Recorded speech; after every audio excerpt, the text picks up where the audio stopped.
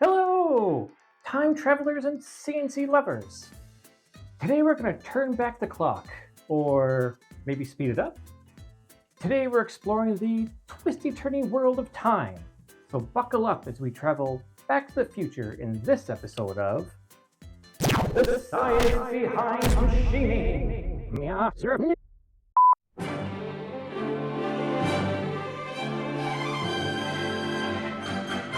In the bustling era of the mid-20th century, the nascent field of CNC machining was emerging. These early machines, giants of steel and wire, were pioneers in a world of manufacturing.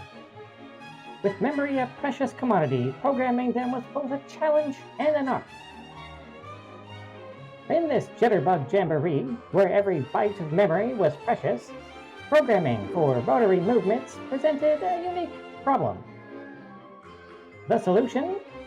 The concept of inverse time, allowing machinists to program intricate rotary paths without consuming excessive memory space. Okay, let's take a step back. That was interesting, but what does it all really mean? When we talk about feed rates, we're usually referring to linear feeds, measured in units like inches per minute. It's straightforward for straight paths. The tool moves a set distance in a set time. But when it comes to rotary moves, things get a little more twisty. And to demonstrate this, we'll use our inverse timograph simulator. Now, consider my wife's record player. Hey! Here we have two strings, both the same length, taped to this record. These represent our rotary tool paths at different diameters. Now, as the record spins, observe closely.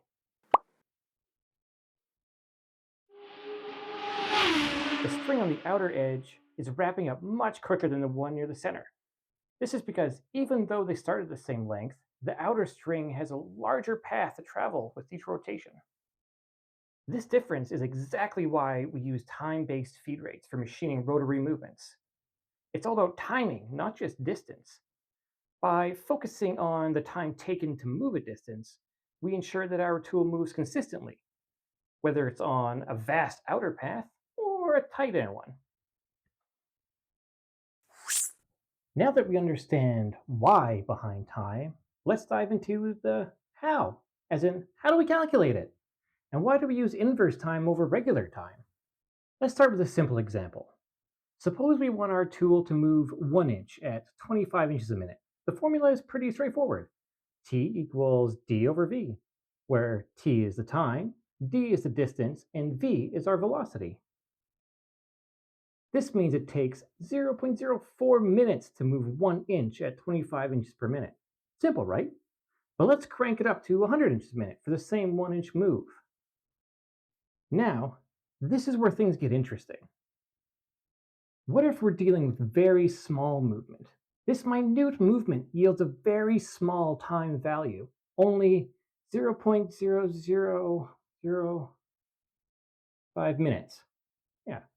In the realm of 8-bit controllers, such a tiny number could quickly overwhelm the system's limited memory. Now picture this scenario. If you're trying to reduce your machine's speed using a feed rate override switch, say from 100% down to 50%, the time value becomes even tinier. Counterintuitively, this could lead to the machine actually moving faster rather than the intended slow down. But with inverse time,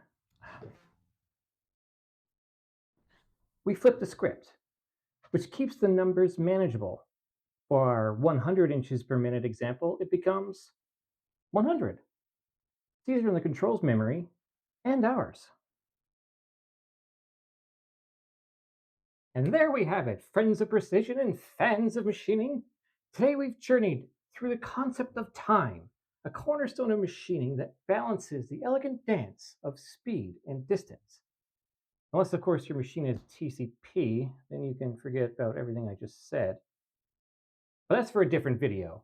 So, whether you're a seasoned machinist, a curious learner, or just a fan of all things mechanical, remember the importance of time, not just in hours and minutes, but also its inverse. Stay curious, keep learning, and most importantly, keep machining.